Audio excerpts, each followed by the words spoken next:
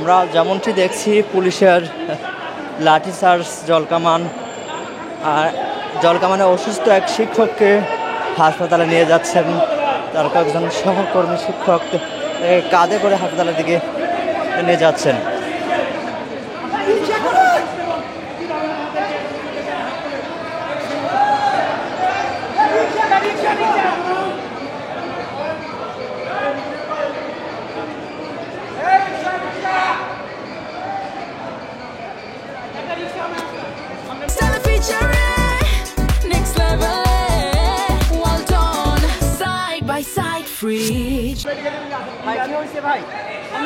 তাকে পুলিশে আহত করছে, পুলিশের সাউন্ড গ্রেনেড দিয়ে এবং লাঠি দিয়ে পিটিয়ে তাকে আহত করছে।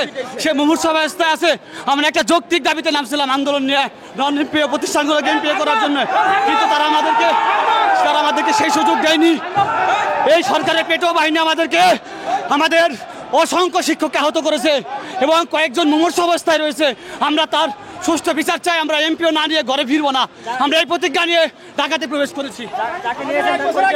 সে আমাদের একজন শিক্ষক, নাম একজাক্টলি এখন আমি বলতে পারতেছি। তার বাড়ি সিরাজগঞ্জে। তার অবস্থা খুবই খারাপ, এখন ভয়াবহ অবস্থা চলতেছে। তার ঢাকা মেডিকেল কলেজে ভর্তির জন্য আমরা নিয়ে যাচ্ছি। পুলিশ আমাদের ওই দিকতে যেতে দিচ্ছে না, যার জন্য আমরা পল্টন দিয়ে ঘুরে যাচ্ছি।